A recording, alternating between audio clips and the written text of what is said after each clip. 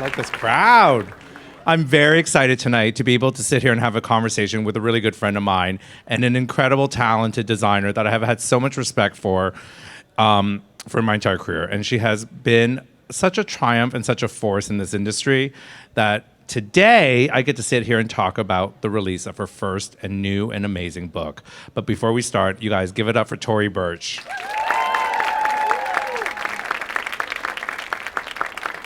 So chic, right? So beautiful. Look at this, you guys. This is so exciting. Anyways, first of all, Tory, I want to say thank you so much for having me come up here to the Apple store with you and be able to have this conversation, because this is such a interesting moment. I mean, we don't get to have a lot of books in our life, and to be able to celebrate your very first book with you, Tory Burch In Color, it's very exciting. Thank you, Joe. Thank you so much for coming. And the one thing I can say is I am so impressed with people that do books after working on this one. My team and I had no idea what it would take to produce a book and do a book. So. It's true. We were having that conversation back there, and we're like, oh, we look at books really quickly, and we think, oh, well, that's fun to do. Yeah. Years later, it's still fun, but it's years later. Yes, it was a couple of years. So thank you for coming. Thank you. So you know what I would love to start? I would love to start, actually, Tory, with you being able to read an excerpt from your book and sort of get everyone sort of initiated into what this book is about. Okay. Well, I happen to have it right here, Joe. Okay. So I see the world in color. It's the first thing I notice. I'm drawn to the ways color interact with and complement one another. The subtle variations within the same shade, navy, cornflower, and periwinkle, orange, mandarin, and coral. Living in full color is my guiding principle, from the way I raise my children to the way I approach my work.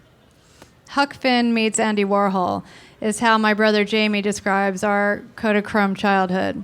My parents, Buddy and Reva, raised my brothers Robert, Jamie, Leonard, and me on a farm in Valley Forge at the end of the main line in Pennsylvania. They taught us to embrace differences in people and ideas and to surround ourselves with beauty and imagination. Even our family dinners every night were as special as they were with guests. Table linens, tureens, flowers, and great fun. I love that. And you know what? I had some time to really go through the book, and the book is so beautiful. And I really encourage everybody to get the book on iBooks, onto your phone and everything afterwards as well. But what I loved about it was when I was going through the introduction, that I thought you really summed it up perfectly in the last paragraph, and I'm just going to read that. I love that she said, so the book is a kaleidoscope of those influences and experiences told through the images and stories of the people, places, things, and ideas that inspire me. While 256 pages isn't enough to cover all the shades and combinations I love, the following 11 colors represent the ones that mean the most to me. Now, when you get the book, you'll understand why I was really drawn to that conclusion in the introduction. The entire book is sort of separated by chapters based on color, which to a fashion person seems obvious, but when I heard it, I was like, wow, I think that's so creative and inspiring. What made you want to separate each chapter into a color story? You know, we were so frustrated. We were working on this book for months, and it was a chapter book, and it wasn't right. And so one day we took all of the pictures that we had and put them on the floor, and I just started to sort it by color. And right in front of our eyes, after months and months of working on something that wasn't working, it started to take shape and come together. It just made a lot of sense. And if you can see, that's one of the images from the book right now. So that is your signature shoe. That's a Reva shoe. Yes, named after her mom in the rainbow of colors, which is really sort of indicative of what the whole entire book is about. So art, I mean, I think this is one of the things that I actually just learned about you as well after knowing you all these years. So you actually have a major in art history. I do. And a lot of your collections, especially this particular season, has been inspired by the idea of art. How does that play into your creative process? I mean, between art and architecture and interiors, I would say every single collection is referencing an artist or a palette or some sort of interior design. And in fact, the whole company was inspired by David Hicks, interior designer, when we looked at the design of the store. When we, 11 years ago, went to design the store, retail was very minimalist. And so we thought it would be really interesting to do an environment that felt like you were walking into someone's living room. And I remember those David cakes. I mean, they still are very influenced. I mean, I think what was so great about you right away was that you launched with such a strong visual signature, and it was color at the very beginning. I mean, It it was still color, is. and it was pretty bright. It was fuchsia, orange, and moss green. So I mean, a lot like the Rothko. So this is another image from the book, but a lot like the Rothko images and the just colors. I love the Rothko, and as a kid, I always wanted a coral bedroom, which I never got. So we finally got it with the orange doors of our store. So this is an image from the book, and your current collection is very inspired also by armor that your father collected. Yeah, and my grandfather, and what a great inspiration. And it was sort of any armor. It was samurai, it was medieval. And when you look through, you go to museums, the Met has an incredible exhibit, but if you look at the detailing of the textiles and the embroideries, it's pretty fantastic. There's a lot to work with. And art being a theme, there were a lot of artists that sort of made their way into the book as well, the Jeff Koons and the Ellsworth Kelly. How did you get to decide, or how did you know who to decide to put into the book as your points of inspiration? Well, it was a lot of begging, actually, because every picture that we put in the book, we had to get approval for. So it wasn't really, but there were so many artists that I admire. Jeff Koons is one of them, and he did a great interview in the book, and I just think he's, for this period in our time, what an amazing contemporary artist. But then we have that contrasted with de Kooning. So it's sort of like so many different references, and I think that sums up our company. The book was really, in the beginning, meant to bring our blog to life, to really show friends, customers, family, sort of the point of reference. It's so vast what inspires us. We're so happy to be an American brand, but really our inspiration is global. When we look at what's inspiring us, it's different countries around the world, different women around the world. So that was the starting point. And I think the interesting thing is, when I did look at the book, like, I think it's an obvious thing for fashion designers to do books filled with sketches and clothes, which we see one here, but I think it was actually more than that. And I think it was anything but clothes, to be honest. It was really about you. And I think there's so much about, like, this humanity and this warmth, and, like, told through the stories of color and inspiration and creativity. And I think at the end of the day, that tells me so much about the person, and it isn't just about a store or brand. And I think that's such a great thing to say. Well, and I love poetry, so it was interesting to take each chapter and pick, like, well, with my brother, he loves poetry too, but he picked, like, the most important thing that he could think to start off the chapter. But then there's Ithaca, which is one of my favorite poems. So it was kind of interesting to see, and I'm always interested in life, to see how art influences music, which influences design, and so that's sort of what we're always looking at. I'm personally. And I can see that, and I think, but it feels very authentic. And I think, we talk about this all the time, that, I think we live in an age of authenticity, that you have to believe the things you put out there, because people can very quickly tell you if it's not. And I think that's what I get with from you the all internet the time. now, and it was really fun to see. Well, I think what we tried to demonstrate in the book is, when I was in India, I took a picture of this incredible sculpture with red flowers, and then you can see how we translated that into a dress. I love it. Okay, so you mentioned Jeff Koons. He just recently had an exhibition that closed at the Whitney. I don't know if any of you did not get to see it. You really missed out. It was incredible. But moving from Jeff Koons to Damien Hirst, which is the artist who did the painting on the cover. On the cover of your book. I was actually kind of surprised to learn that too. How did you land on Damien Hirst and this particular image to be the cover of your book? So this was probably the most challenging, is picking a cover. And I'm just looking for my team, because we probably had 200 options, all of which were my face. And so I was like, forget it. I do not want to be on the cover of the book. Finally, I was walking. It was literally 2 weeks before the book had to close. And I saw the spin art in Harper's Bazaar, and I was like, that is the perfect cover. And my team was like, we're never gonna get it, ever. Forget it. Just pick another picture. We called his office, and really he liked what our foundation was doing, and that's why he gave us the painting. So all the proceeds go to our foundation, 100% of them. So I think that sort of sealed the deal, and it was just so perfect. I wasn't sure how he would take us putting a logo on his painting, and he was really open to it. So we were very thankful. That was a lot of luck. I think it's beautiful, but the takeaway there is, if you don't ask, you don't get. It's true. Because we were so set on getting a no. So you mentioned your parents, and this is what I was saying before, that the book is really very personal, I think, in a way. And when you say it's your blog come to life, and a blog to me is really almost a public diary entry in a way. So the Well, and idea you that, know how private I am. So for you to be saying that, I'm like, what did we put in that I shouldn't have? no, but it always feels very personal in a way where I feel like I can actually It's get to family know pictures, you. definitely. And there are a lot of great family pictures in the way that you grew up and your parents in particular. So you mentioned Buddy and Riva, and we had talked about Riva being the namesake behind your signature shoe. But how did you want them portrayed in the book? Like there is that fine line where you thought like, okay, now it becomes a photo album and not a book about. Yeah, exactly. You know, when I started the company, the inspiration that I kept referring back to were pictures of my parents in the 60s and 70s and their trips and also their relationship. I was like, here's a couple that's been married for almost 50 years. I've never seen two people so in love.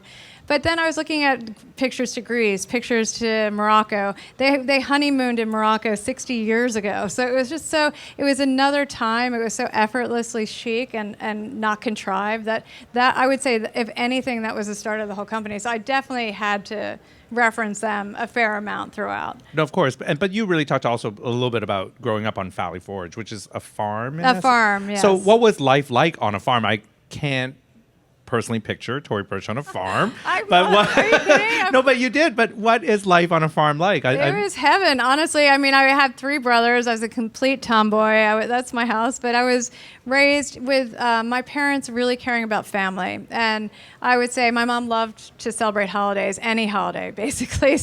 But she would put the same care into a family dinner as if she was having the Queen of England, not that she ever did, but I'm just saying it was just surrounded by beauty, but it was more beauty about imagination. And that's what my mother is a complete optimist, but it was always about curiosity, embracing culture, seeing why things are the way they are in the world, and just taking people in. She was a collector, but it was also they collected people. Like any given day, we would come home and there was someone there, and I'd be like, "Well, who's that?" And he'd be there for 6 months. So it was it was a bit of a crazy childhood. That sounds fun, though. Wait, what else did they collect? My brother called it Huck Finn meets Andy Warhol. So that's the way we were raised. So. Were there cows and No, like it was more of a gentleman's farm, but we did have a lot of animals. We had a lot of dogs, we had cats, we had ducks and everything. Oh, I love that. But was there a romanticized version of your parents, like the Buddy and Riva story that really unfolded in Valley Forge in a way? I think so. I mean, I think part of the reason they moved out to Valley Forge was to sort of have this wholesome life of just being about family, not being so on the main line in Philadelphia. They wanted to move to the end of it. And so it was great. I mean, my father, and there's one page I think you're going to show later, they had a really colorful dating life before they met each other. I don't think my father, he married my mother when he was 44, so back then that was quite old. Well, let's spill it a little bit, though, because these guys all came out tonight. So your mom dated Steve McQueen at one point. She did. And your dad dated Grace Kelly for a minute. Yeah, so for a minute. They dated. They had a colorful dating life. That's what I was saying. But then when they met each other, they fell madly in love, and it's a really incredible story. Were there some ideals that you grew up with? Was there something that you took away from your mother? I mean, I think we all grow up and have that thing where we always remember what our mother teaches us growing up. You know, wherever we are, whatever situation we're in. Was there that thing that you took away and said, I will always remember that, what Riva told me? Well, I think my parents, both of them, but my mom particularly, gave us the notion that instilled in us that we could do anything we set our mind to.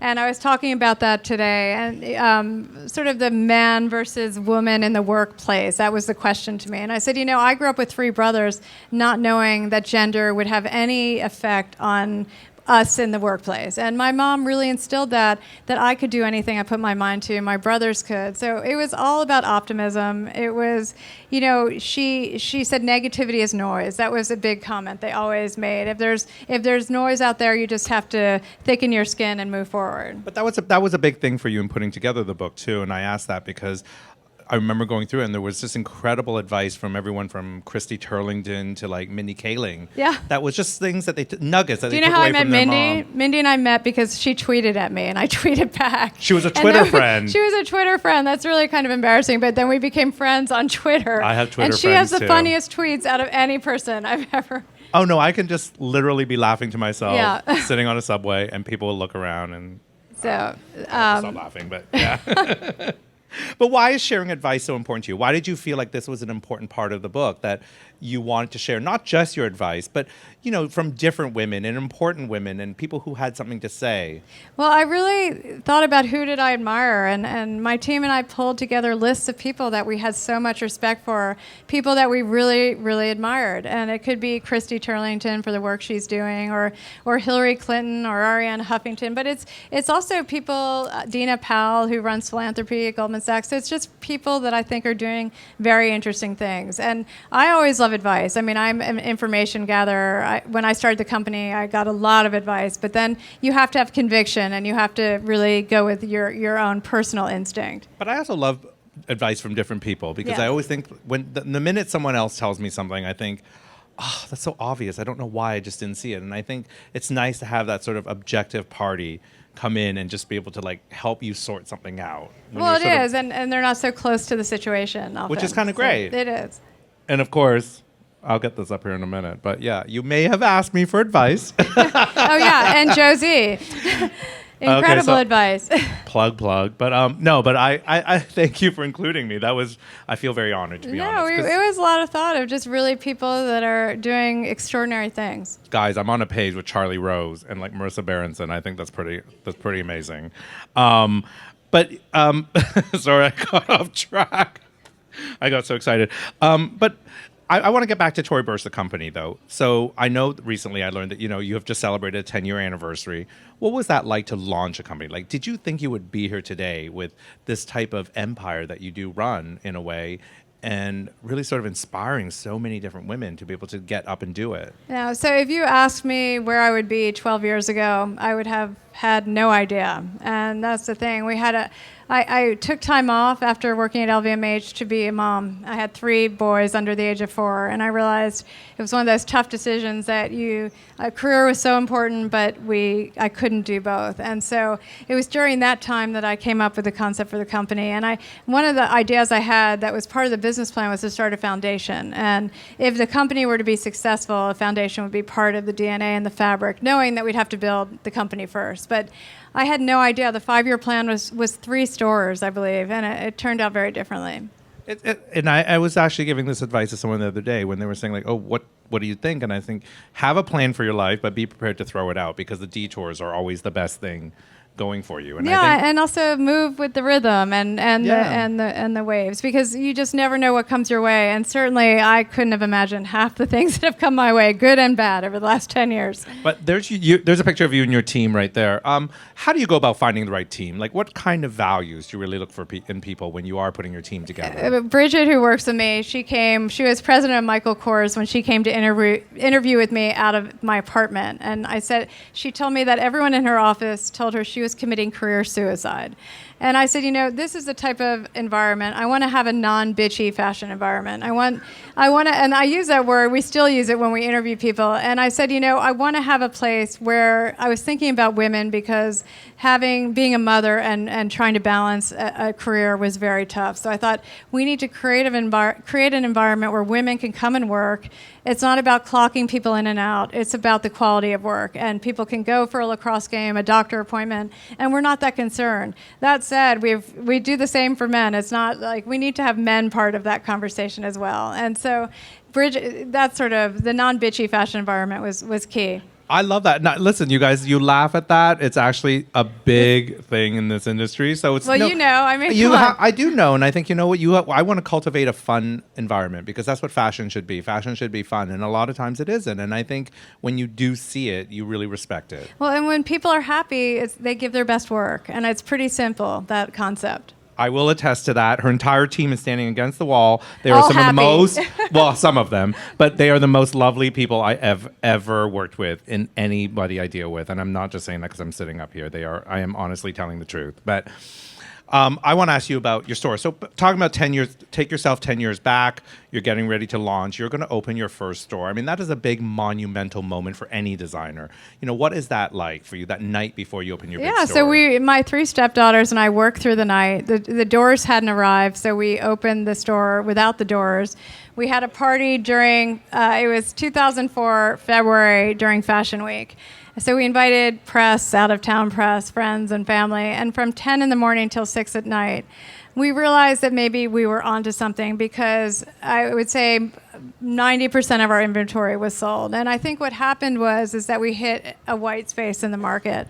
And it was this idea of beautifully designed things that weren't a designer price point. We tried to keep it as inexpensive as we possibly could. Do you think for the very beginning of your business, do you think it was a slow burn, or do you think it was 0 to 60? Like what was that reaction? How did you feel about putting it out there and then seeing 90% of it being sold? It was surreal. I mean, honestly, didn't know how people would think about it. We found a little store in downtown Nolita, and the rent was great. I had done a round of fundraising, and I said to all my friends, please invest what you can lose, because I was terrified of taking people's money and losing it.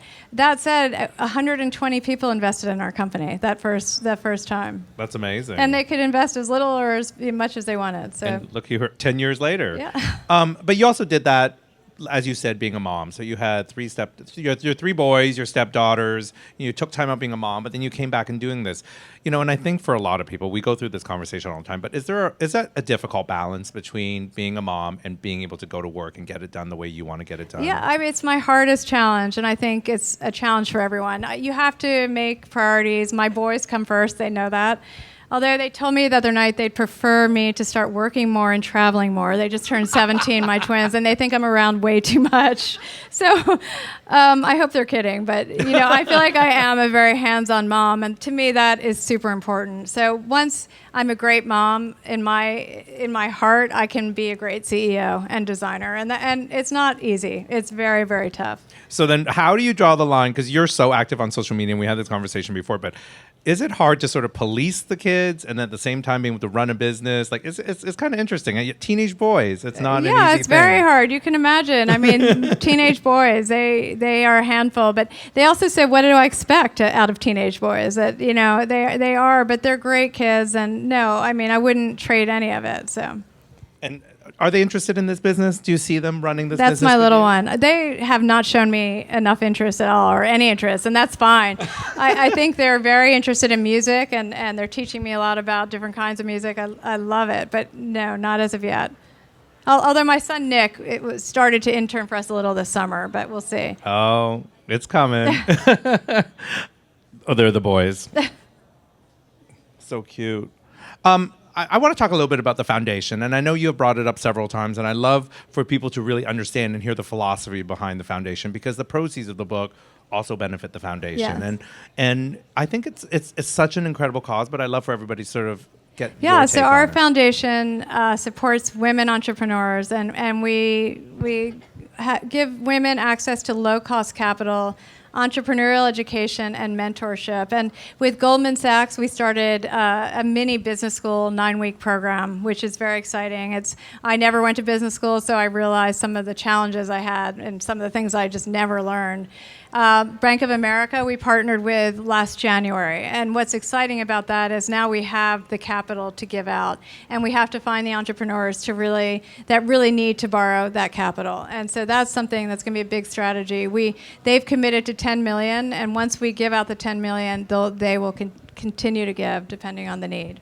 And then the proceeds from this book. But you have a lot of very famous, heavy-hitting women part of the foundation. Hillary Clinton, Ariana Huffington, Carolina Herrera. I mean, how do they all participate within the foundation? Well, they've just given advice or been mentors. We're going to be relaunching our website, which I think we have very high expectations, but we would like to be the go-to website to teach women. There's something called CDFIs. I'm not sure. Do you know what a CDFI is? It's a local lending company. And I didn't either before, but I think women are going to local CDFIs, or they don't know about them, and then they're just going right to the banks, and then they're being denied. So we know that women are a great investment. Many of the entrepreneurs we work with are single mothers. They're paying back their loans. They're incredible business people, and they're worth the investment, because it's really a jumpstart to our economy as well. I agree, and I think it's an incredible thing that the proceeds from the book go towards this cause, which is really a great thing to really help the next generation of women too, to be able to maybe be the next you? Well, I hope so. I mean, when I went to speak at a couple colleges recently, the number one thing the students said to me is they wanted to be an entrepreneur. And I thought that was so interesting. It wasn't like I want to be a designer and I will become an entrepreneur. They really just want to be entrepreneurs. And to me, that's just a change in what's happening. I think but I was having this conversation. I really think it's also this particular generation. I think, my parents' generation, everybody had the same job. They had their whole lives. And then, you get older, you change jobs several times. But I think this particular generation likes to make it happen for themselves and like to do several things all at one time. And they also like to have a social aspect, which I think is really exciting. So when a lot of these people, a lot of the students that I met with, I said, if you were to start a company, would you have social responsibility be part of it? And they all said yes. It would be definitely part of the business plan. Wow, I love that. So I want to say, so we've talked about being a mom, your store opening, and all of these things that sort of encompasses your book. But you had mentioned earlier, even all the exotic travels that your parents went through. But you yourself is an avid traveler. And that worldwide globetrotting is a big inspiration in the book within the color chapters as well. Tell us about your travels. Well, I love traveling. And I mean, anywhere from India, we spent a month in Rajasthan, to Burma and Myanmar. For me, it's just seeing new things and cultures and people are so fascinating. But also, when you go to India, you see the vibrancy, you see the colors, you see the embroideries. It's astounding to see it. What are some your favorite places that you've been to? Well, I love Morocco. I've never been on a safari. That's something I would love to do at some point. But Peru, I thought Peru's right behind you. That was pretty awe-inspiring. To take my boys and show them new things is very exciting. Where do you think you got your sense of wanderlust from? I mean, I know when I was a kid, I said I wanted to be a flight attendant so I could travel. You did? I did. I really did. I think I was 6, and I said, I think I just want to be, back then, I think I just want to be a stewardess so I can fly on planes. Well, I definitely got it from my parents, but I did a program in college called Semester at Sea, and to me, I think that gave me the love of travel. It was a boat, and you went to 12 countries around the world. We started in Spain, ended in Japan, but a lot of them were developing countries. So we went to Malaysia, we went to China, we went to all these different places around the world. And so you would study in between the ports, and then you would go see it, which was pretty exciting. Do you bring a lot of things back from your travels? I do. I love going to flea markets. Actually, the number one piece in our collection in the first few years was a tunic, and I found it for $6 as polyester in a French flea market. And so it's framed in our office right now. Oh, I love it. So wait, are there other things that you bring back with you all the time? Is your home just filled with mementos of your travels? It is. I mean, I don't want to be, don't want to have too much around, but I do beads and textiles and things like that, embroideries. And a lot of it works its way into the creativity and the vision behind your collection as well. They do. They absolutely do. And then I have to say, okay, so you've been to Italy, Turkey, India, Japan, and you really collect also a lot of porcelain from the different places. So porcelain, my mother and I have always collected porcelain, but it's the finer porcelain, but I love the raw porcelain and the more crafty as well. So for me, I like the mix of it, and that's something we just started to do, pottery and things part of the collection. There's a woman out of Palm Beach that I've always admired and always collected her pottery named Dodie Thayer. And I called her, another cold call, out of the blue, and I felt like she never really got the attention she deserved. She's 93, and I said, can we do a collaboration together? So I called her, and now it will be coming out, so I'm very excited. Oh my gosh, congratulations. That sounds amazing. I'm going to be there first. Let us wear it. It's bright green. Now, you guys, this is the best part about Tory. So she travels everywhere. She's an awesome mom. She's an entrepreneur. She gives back and everything. She also has a very eclectic taste in music. She loves Tupac. Okay, but that's true. true. Look, someone's applauding. I wasn't telling that story for applause, but I was just like, I would never have gamed you to be a Tupac lover. Well, I we're love kindred Tupac, spirits because Joe takes rap classes and dancing classes, so I do like rap music. I'm getting called out on the stage by Tory Burch. Listen, music to me is it's such inspiration. It can be Johnny Cash to Van Morrison to Tupac. So I agree. Very eclectic. I love eclectic playlists because I think it's just a great way to sort of it's just another form of creativity. Music, I think it is, and actually we had some great people in the book do playlists, and I mean there's nothing greater better as a Christmas or holiday present to give someone a CD with great songs on it. Okay, I think we're going to go to Q&A in a minute, but I just want to remind everybody that so every single chapter in the book is a color. So I just want to do a quick thing, like a very brief description. If I throw a color out, Tori, will you tell me a super quick story about each one? Oh, sure. I'll try. All right? Okay, red. Oh, well, Christmas at Valley Forge, and my mother put the red ribbons all over the house. Oh, all right. Blue. Oh, Eve Klein. Gold. That incredible blue. Gold, I would say Myanmar, the temples in Myanmar. All right. Yellow. My first handbag. Oh, well. Not very good looking. No, but from that, I guess we have to go to Q&A. I think I was 4. All right. But, maybe there's more colors in the audience. Do any of you guys have a question for Tori? Hey, Tory, thanks for coming and speaking to us. I think you might agree that we learn more from our failures than our successes. Okay. Well, there's been so many challenges that we've had, and I think one thing I talk to my team a lot about is during those challenges, you have to really be a leader, and you have to lead with conviction. So the toughest times, which I've been through many, I mean, I can just say one time we were changing systems and we didn't back up anything properly. It was maybe 6 years ago. It was a huge mistake. So it was when social media was really taking off. We were just starting Twitter and everything. But it was maybe a 6-month problem, and we had to make the decision to be authentic and really talk about it with our customer or not. And the great thing is with social media, transparency is super important, and being authentic. And just in general, that's how our company's set up. But so we decided to do that. It took us maybe 8 months to get out of a really bad place of going to New Jersey, packing up boxes ourselves. Everyone on our team, I'm sure some people over there, including myself, on Sunday nights at 2 a.m. would be packing and shipping boxes. And we had no visibility. So that was a perfect. But that said, we learned from it. We now have really good systems going in, working with SAP, which is a lot of fun. And so there's been so many, but I think it's really learning from the problems and mistakes is really the telling part, is how you go forward. Hi, my name is Yulia, and I'm actually from Krasnopol, Russia. And over there, everybody's totally crazy about heels, and everybody has to wear it. But weather is really tough, and some people just don't like it, not many. Or like I have arthritis, so I can't wear it. So I would think it'd be a great idea for you to bring your clothes and shoes over there. To Would Russia. you do that? And Yeah, do you think it's a great idea?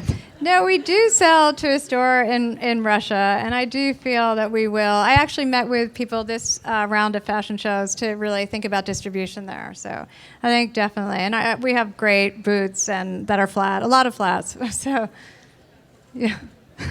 Thank you. You're welcome. Hi, Nancy. I wanted to know, I'm 17 and I want to make a business, and I don't know what I should do. So I wanted to know how old you were when you started fashion, and maybe when you got the idea to write a book now, but when you were younger you started fashion. So I wanted to know what got you I into had it. no idea when I was your age at all. I knew that I loved sports and I loved horseback riding, and I knew I wanted to get into college. So I went to Penn. And I was an art history major, as Joe said, and I thought I would really go into the art world. That said, I didn't. I called a designer that my mom wore his clothes. His name was Zoran, and he said that I could have a job, but I had to start in a week. And each job that I had was not the perfect job, but I think, and I was talking to someone this morning, I think the important thing is to really take things and approach it in an entrepreneurial way, and take away what you can from each position and learn the most, even if it's not the perfect position. And then it sort of comes, I was 37 when I started this company, so it was 10 years ago, and that was after being a mom for 4 years. And it's something that I feel like it's never too early or late. It's when you have that great idea, you really believe in it, but know it's going to be a tremendous amount of work. I always laugh when people say, oh, it's an overnight success. There was nothing about this that was an overnight success. It's been 12 years of really hard work, but great fun. Hi, Tory. Hi. As a man, I'm obviously very selfishly excited for your men's accessory launch for spring 2015. You have 3 sons, grew up with a lot of brothers. How much inspiration have they helped inspire this line, and what more can we expect from the men's? So I hate to say we're putting men's on hold a little bit. I was like, it's not going to be Spring 15, although it will be eventually. But I'm waiting too. I get a lot of pressure. I have 3 brothers and 3 boys, and my boys are now wearing my logo belt, which is a little embarrassing. It's not meant for them, but that's their pressure. But no, I mean, I think they give me so much inspiration. The person that gave me the most was my father, and I feel that he should have been a designer because the detailing that he did on his own clothing was amazing. And I have, sadly, he passed away, but I have his wardrobe, and he was so meticulous about everything and his attention to detail that, yes, for his, and my brother Robert sort of inherited his sense of style, and my boys are style and training. I'm sort of laying off of them, letting them form their own opinions on style because they're not into fashion, which I like. So. Hi, Tory. I'm actually a first-year student at Babson College, and you are so loved and admired there. My question is, how easy was it for you to form a team that you really got along with, and what advice do you have about forming a team like that? You know, I would say it's never easy to find a great team, although a team makes all the difference. And I've never been one, I guess I've always been one to look for people that I think are more talented than me, and I've never been one to be scared of that. And I think that's a very good thing to remember as you start to work, because if you surround yourself with stellar people, it makes things possible. And that's what I've done. As my whole career, I've surrounded myself with people that I think are brilliant. Hi, my name is Kelly. I've always been really curious about what it's like right before the runway show. What's going on in your head, and then once it's going on, what is going on in your head? What is the whole process of all of that? It just seems so chaotic. No, it's amazing. It's frenetic, first of all. It's crazy backstage. And we've only done 5 shows, so it's been the first 8 years of our business, we didn't have the budget to have fashion shows. So we had to do presentations, which was not fun, I can tell you. It was standing outside and people coming and going, and I'm much better behind the scenes. That said, it's crazy that, you want everyone to look perfect. You're working with our teams to make sure the models are really walking in the right way. They're looking good, but then you're also watching the teleprompter to see people's reactions. Like Joe, we're seeing if he's like sitting there liking the music or not. No, it's pretty it's scary. I mean, you've been backstage, Joe. Yeah, it's fun. I think with fashion shows that you have to keep in mind that you've been working on that collection for 6 months or a year. A year, and then it's literally over in 15, 20 minutes. So it's a bit like Christmas. You get really excited, and then it's euphoric at that same time. Yeah, I said it's like planning a wedding twice a year, and then it's sort of like the letdown after. Like not after getting married, but just sort of like, when you have a big party and all of a sudden you've been working on it for so long, and then it's 9 minutes, the show's over, and then it's like, okay, now we're working on the next season. But it's hard. I mean, you have to wait for the critics to write the reviews, and you've been working on something, you're so close to it for a year that it's really, until you get those reviews and read it, then you move on quickly. Hi. So we all know that fashion industry is really tough. How was it for you to get into the fashion world? Well, it's sort of like I just made some calls, and you get a lot of people didn't call me back, and a lot of people did. So you just have to be tenacious, and I think internships are a great way to get in. You really can also see what you like about the company, what you like about that business, and we have a great internship program in the summers where you can choose. You can be in knits or you can be in finance, but you really see the whole process, and I think it's a great window. Do you have any internship? No, anything to add to that? Just I have some internships. Joe is hiring. There you go. No, but to get into the fashion industry. No, I think internships, I was going to say, and I think that's always my point of recommendation, because I think that's really where you can have touch points with everyone that's making it happen and be able to see how it happens.